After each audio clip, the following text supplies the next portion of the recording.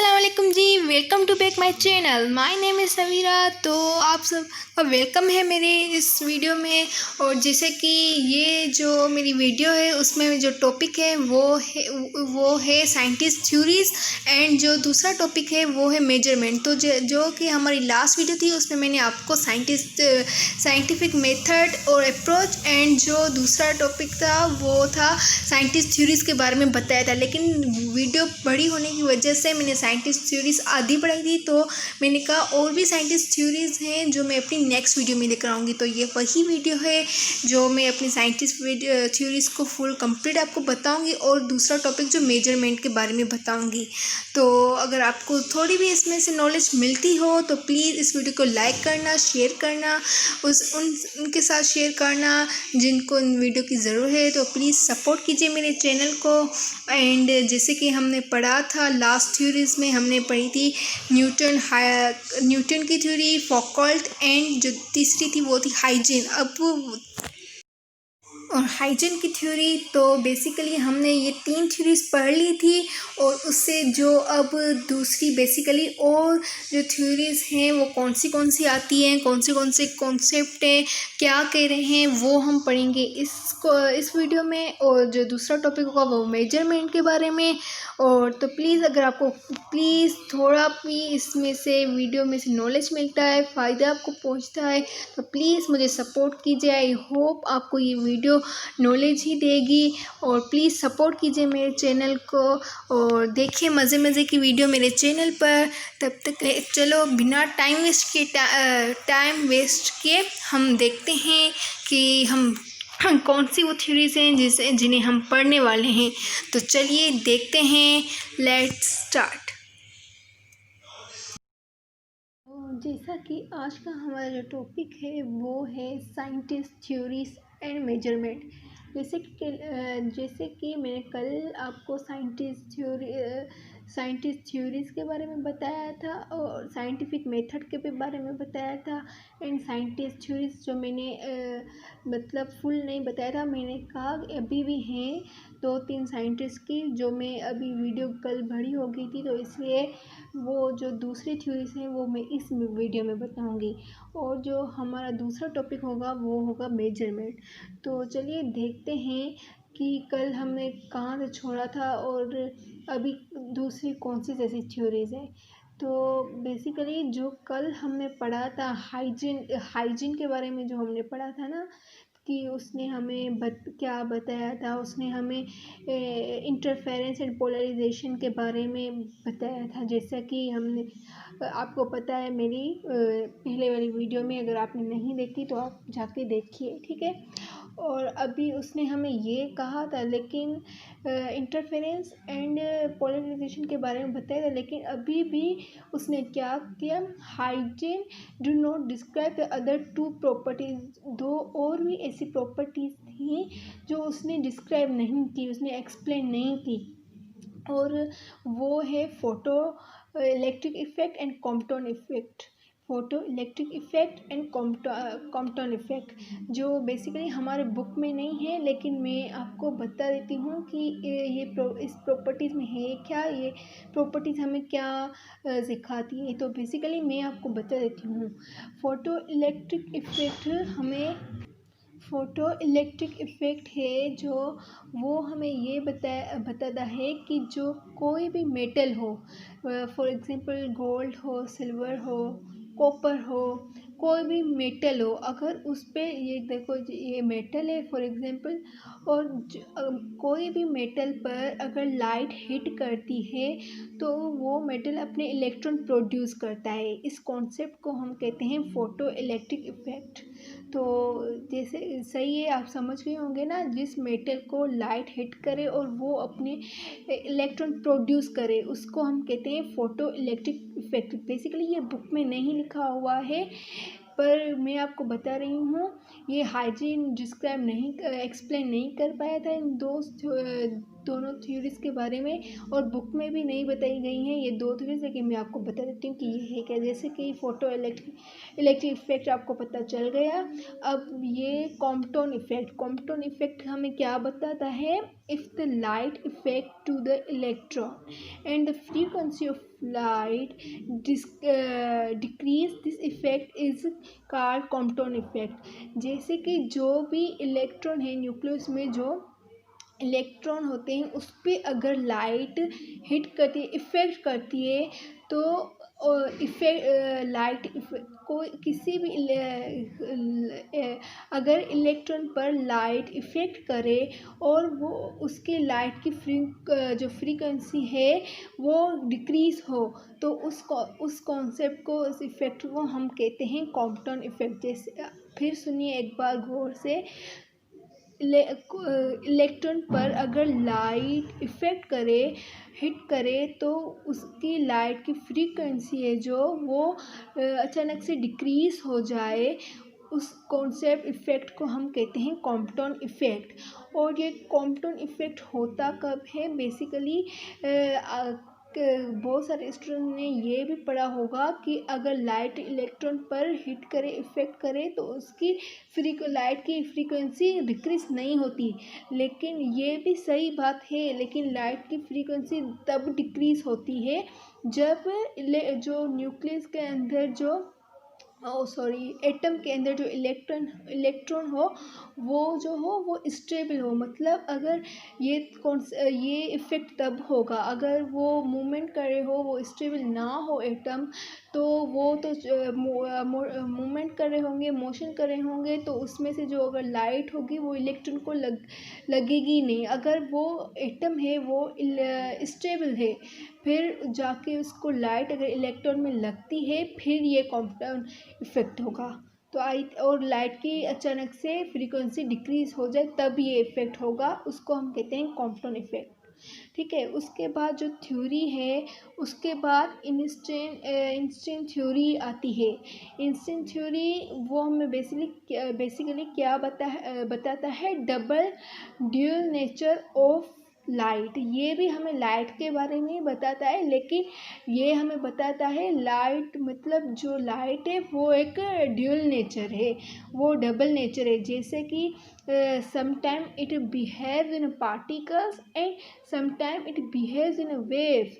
जैसे कि हमने न्यूटन कार्टेस की थ्योरी में पढ़ा था कि जो उसने हमें बताया था कि वो जो स्मॉल पार्टिकल जो एनर्जी है वो स्मॉल पार्टिकल के पैकेट्स में कंसिस्ट होती है, वो उसने हमें ये बताया था। और फिर जो हाइजीन आया था, हाइजीन ने हमें ये बताया, फौकॉल्ट ने रिजेक्ट किया था, और हाइजीन ने हमें ये बताया था कि नहीं, वो वेव्स की बेस पर होते हैं, वेव्स पर कंसिस्ट होती है। लेकिन आइंस्टाइन ने हमें ये बताया था कि नहीं, ये जो वो लाइट है वो ड्यूअल नेचर है, मीन्स समटाइम्स वो पार्टिकल पर बिहेव करती है और समटाइम्स वेव्स।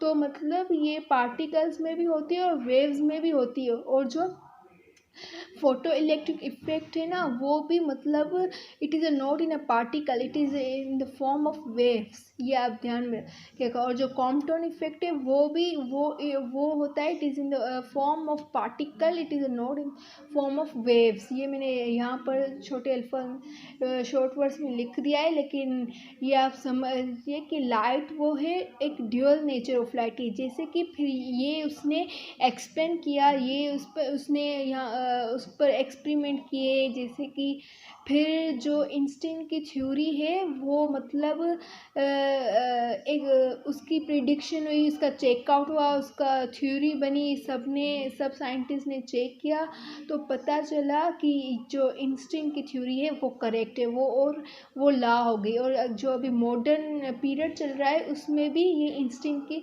थ्योरी है वो करेक्ट मानी जाती है। अभी तक यही कॉन्सेप्ट चल रहा है कि लाइट है वो ड्यूअल नेचर ऑफ लाइट है, कभी वो पार्टिकल्स में होता है तो कभी वेव्स में होता है। बस तो बुक में यही थ्योरीज थी।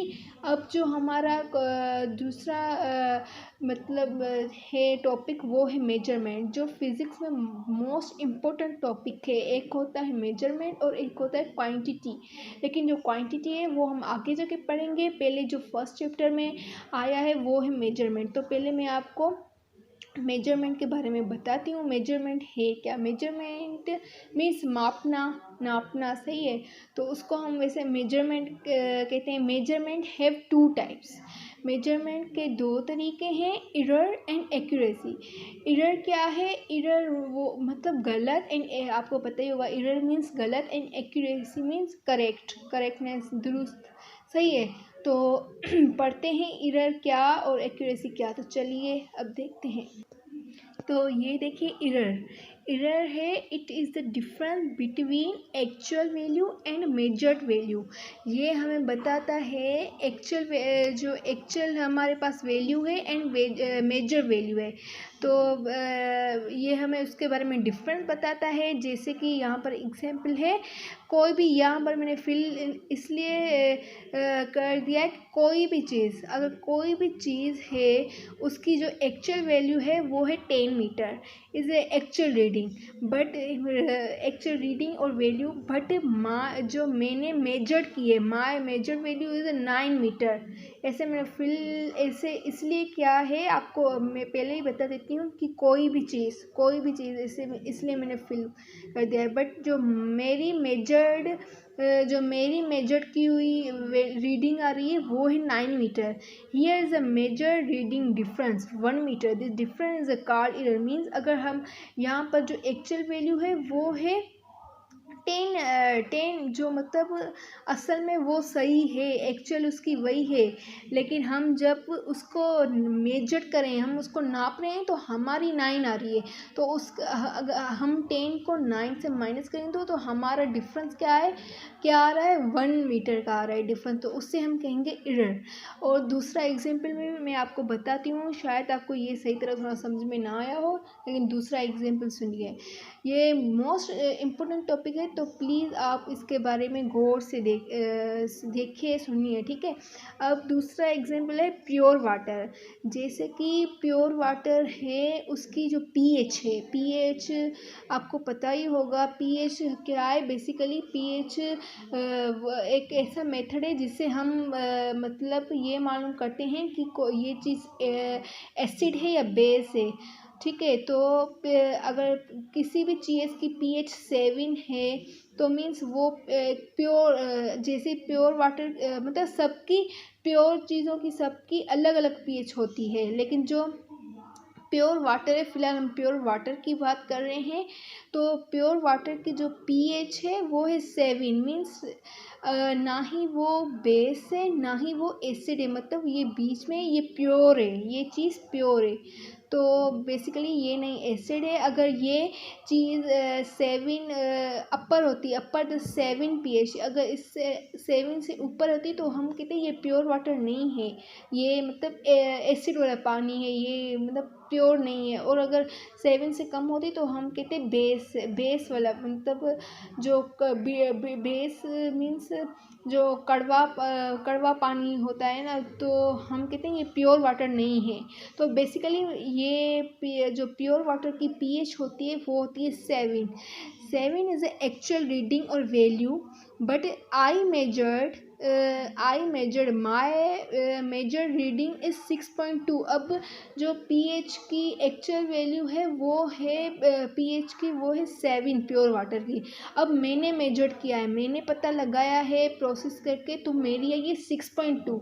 सो अब मैंने 6 को सेवन को माइनस किया है, जो हमारी पीएच है उसको माइनस किया है, जो मैंने मेजर किया है वो है 6.2। एक्चुअल वैल्यू ये है एंड जो मेजर वैल्यू है उसको हमने माइनस किया तो हमारा है 0.8। तो दिस इज़ 0.8 है, वो हमारा होगा एरर, ठीक है।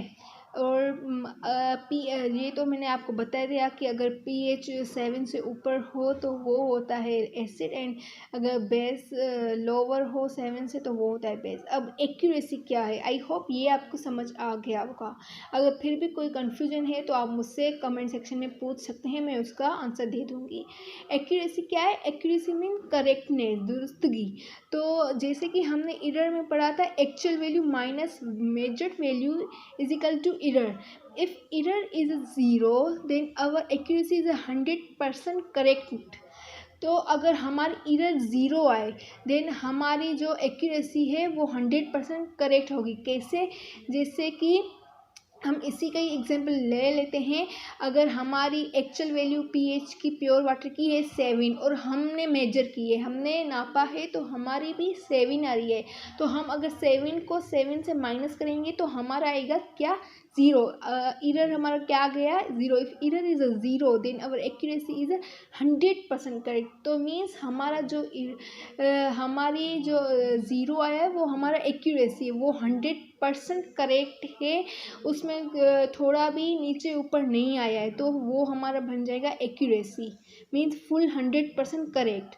और यहाँ पर मैंने और भी थोड़े एग्जाम्पल लिख दिए। अगर कोई भी चीज़ है उसकी एक्चुअल वैल्यू है 8 और हमारी आई है 4, हमने मेजर किया है, तो हम उससे माइनस करेंगे तो हमारा आएगा 4 हमारा क्या होगा, एरर। मीन्स ये गलत है, इसकी जो एक्चुअल वैल्यू है वो 8 है, तो अगर हमारी भी 8 ही आनी चाहिए होगी, यहाँ पर एरर है 4 है, 0 नहीं है, तो ये एरर हो गया, गलत है भाई। अगर हमारी प्योर वाटर है, वो है प्योर वाटर है, उसकी एक्चुअल वैल्यू 7 है और हमने मेजर की है, वो भी 7 आ रही है, तो हमने माइनस किया, हमारा 0, तो क्या होगा, एक्यूरेसी 100% राइट। मीन्स हमारी जो एक्यूरेसी है वो राइट है, हम इसमें कोई भी एरर नहीं है और वो हमारा राइट हो गया। लेकिन अगर हमारी जो प्योर वाटर की पीएच है वो 7 है लेकिन हमने मेजर किया, फॉर एग्जांपल हमारी ये 6, तो हमारा इसका डिफरेंस आ रहा है 1 का, तो ये हम ऐसे एरर है, वैसे एरर है, हम के ये ऐसे इसको एरर ही कहेंगे, लेकिन इट इज़ अ नॉर्मल, क्योंकि ये बहुत 4 है ना, वो बहुत ज़्यादा डिफरेंस आ रहा है, और जो 1 है वो कम डिफरेंस है, तो इसे हम एरर कहेंगे। लेकिन ये मतलब एक्यूरेसी में भी थोड़ा मतलब नहीं, ये एरर हम कह सकते हैं नहीं, एक्यूरेसी ये मतलब इट्स नॉर्मल, ज़्यादा डिफरेंस नहीं है, तो हम इसको बीच में रख सकते हैं, वैसे ये कहा जा सकता है। लेकिन अगर हमारी कंफर्म 0 आ जाए तो हमारी वो 100% आई है, लेकिन हमारी ये भी एरर ही है, लेकिन बट इट्स नॉर्मल, इसमें इतना डिफरेंस नहीं है। लेकिन ये देखो यहाँ पर कितना 4 का डिफरेंस आ रहा है यहाँ पर, तो यहाँ पर बहुत कम है डिफरेंस, तो इससे हम थोड़ा थोड़ा मतलब एरर, थोड़ा डिफरेंस है एरर में, तो इसे हम नॉर्मल कह सकते हैं। है वैसे हमारा एरर ही, लेकिन फिर भी ये मतलब मैंने जैसे बताया इतना डिफरेंस नहीं है, तो हम ये मतलब नॉर्मल है, सही है। उसके बाद जो हमारा एरर है, हमने एक्यूरेसी पढ़ लिया है, एक्यूरेसी के कोई भी टाइप्स नहीं है। अब हमारा एरर है, एरर के हमारे टाइप्स हैं, कौन से टाइप्स हैं, error have 3 types, personal error, systematic error and random error. तो चलिए देखते हैं क्या है। Personal error, it is due to the faulty procedure adopted by the person. It causes when a person wants to get a favorable result. This error can be removed by avoiding personal bias.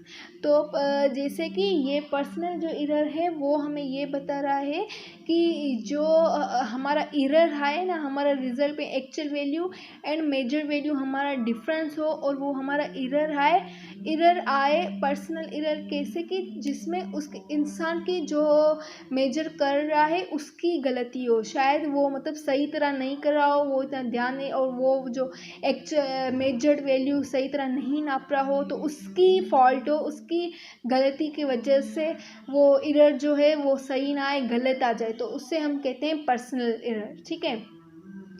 और जो दूसरा है error वो है systematic error. This error arises due to the fault apparatus or instrument. This error is known as a zero error. Zero error may be positive or negative. This error can be removed by correcting zero error.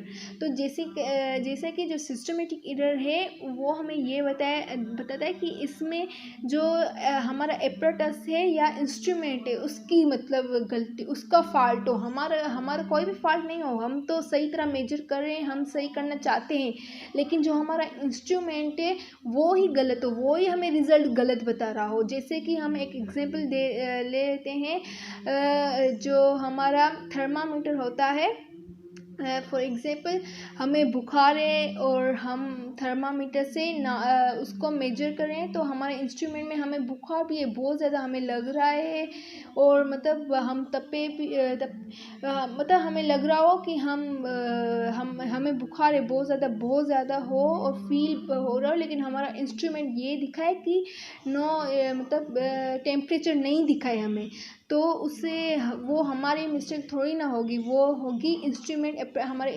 Apparatus की fault होगा, हमारा fault नहीं होता। और इस systematic error को हम zero error भी कहते हैं। ज़ीरो एरर में भी पॉजिटिव और नेगेटिव, जो ज़ीरो एरर होता है वो शायद हमें पॉजिटिव भी दिखाए और नेगेटिव भी दिखाए। वो कैसे, जैसे कि जो हमारा एपरेटस है वो हमें कहीं बार जो रिज़ल्ट है वो बहुत ज़्यादा अगर पॉजिटिव में दिखाए रिजल्ट और कहीं बार नेगेटिव में दिखाए, और this error can be remove by correcting zero error. जैसे कि इस एरर को हम कैसे ख़त्म कर सकते हैं, करेक्टिंग हमारा जो ज़ीरो एरर है उसको हम करेक्ट करें, मीन्स जो कोई भी ऐसा इंस्ट्रूमेंट अपरेटिस जिसके पास ज़ीरो एरर ना हो, जिस इंस्ट्रूमेंट में ज़ीरो एरर होगा वो हमारा अपरेटिस गलत होगा। जो हम ऐसा इंस्ट्रूमेंट लें जिसमें ज़ीरो एरर ना हो तो उसको वो सही होगा। सही है, तो बेसिकली ये सिस्टमेटिक एरर हमें ये बताता है कि यहाँ पर इंस्ट्रूमेंट की गलती होती है, फॉल्ट होता है हमारा, यहाँ पर्सन का फॉल्ट होता है, यहाँ पर इंस्ट्रूमेंट का या अपरेटस का फॉल्ट होता है। और तीसरा आता है रैंडम एरर में क्या बताया है, the error is due to the external conditions, means temperature, voltage. जैसे कि यहाँ पर ना ही तो हमारी पर्सन की कोई फॉल्ट है, ना ही हमारी इंस्ट्रूमेंट फॉल्ट है, तो कैसा, तो ये कैसे होता है, एक्सटर्नल कंडीशन की वजह से। मीन्स कभी हम जो मेजर कर रहे हैं वो टेम्परेचर की वजह से उसमें फॉल्ट आ गया, कभी हम वोल्टेज की वजह से इसमें फॉल्ट आ गया। जैसे कि हम जो फॉर एग्जांपल हम एक फोटो, जो प्लांट है वो फोटोसिंथेसिस का प्रोसेस करता है, तो जैसे वो कितना टेम्परेचर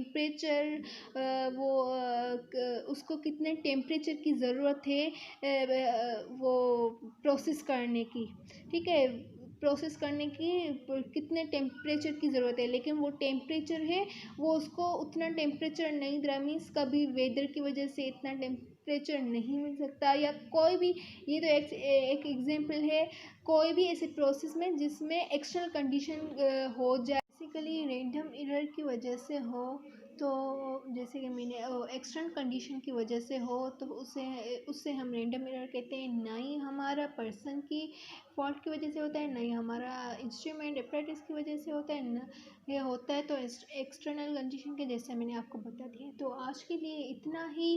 अगर आपको थोड़ी सी भी इसमें से नॉलेज मिली हो तो प्लीज़ लाइक कीजिएगा, शेयर कीजिएगा और उनके साथ शेयर कीजिएगा जिनको इस वीडियो की ज़रूरत है, और प्लीज़ और मैं ऐसे ही आपको मज़े की नॉलेज आपके लिए लेकर आऊँगी, तो प्लीज़ मैं सिर्फ आपके लिए ही, आपके नॉलेज बढ़ाने के लिए ये वीडियो बना रही हूँ, तो प्लीज़ सपोर्ट कीजिए। आई होप आपको ये वीडियो अच्छी लगी होगी।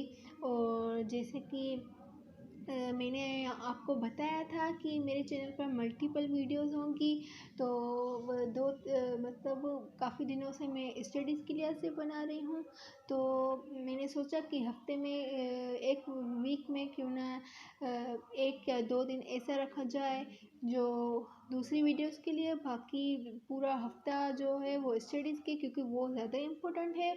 और जो एक वीक में एक या 2 बार एक्टिविटी करने के लिए 1 दिन या 2 दिन बाकी तो इसलिए मैंने सोचा कि अभी कल शायद, अभी पता नहीं, कंफर्म नहीं है फिर भी, लेकिन मैंने सोचा कि जो मैं हूँ वो कल कोई मतलब गेम के लिए आज से वीडियो लेकर आऊँ। फिर वैसी स्टडीज़ ही चलेंगी मंडे से, लेकिन कल संडे है। मैं सोच रही थी सैटरडे एंड संडे जो होता है वो मैं ऐसे एक्टिविटीज़ के लिए डेज रखूँ, जैसे कि संडे को मैं, जो मैंने आपको बताई, मुझे थोड़ा शौक है तो मैंने सोचा कि संडे को मैं क्यों ना जैसे आर्ट वगैरह आर्ट की जो पेंटिंग वगैरह या ड्राइंग के लिहाज से कुछ मतलब करूँ, और संडे वाले दिन कुछ गेमिंग, और बाकी मंडे टू फ्राइडे कुछ स्टडीज़ के लिहाज से। और इसलिए मैं ये सोच रही थी, क्योंकि आज तो सैटरडे है, मैंने वीडियो बना ली है, लेकिन अगले वीक से मैं सैटरडे को शायद आर्ट के लिहाज से और संडे को गेमिंग के लिहाज से करूँ, शायद कंफर्म नहीं है, मैं आपको बता दूँगी। लेकिन कल भी मुझे पूरी तरह कंफर्म नहीं है, कुछ भी हो सकता है, लेकिन मैं यही सोच रही हूँ, कोशिश करूँगी बनाने की वीडियो, जैसे अगर बनी तो मैं वो अपलोड कर दूँगी, वरना मैं स्टडीज़ के लिहाज से ही अपलोड कर दूँगी, मैं आपको बता दूँगी। लेकिन फ़िलहाल मैं जो है आपको बता रही हूँ, संडे वाले दिन शायद कल मैं गेम लेकर आऊँ, तो मैं अपलोड कर दूँगी। अगर मुझसे हुआ तो मैं बेसिकली अपलोड कर दूँगी। तो प्लीज़ मेरे चैनल को सपोर्ट कीजिए, और अल्लाह हाफ़िज़।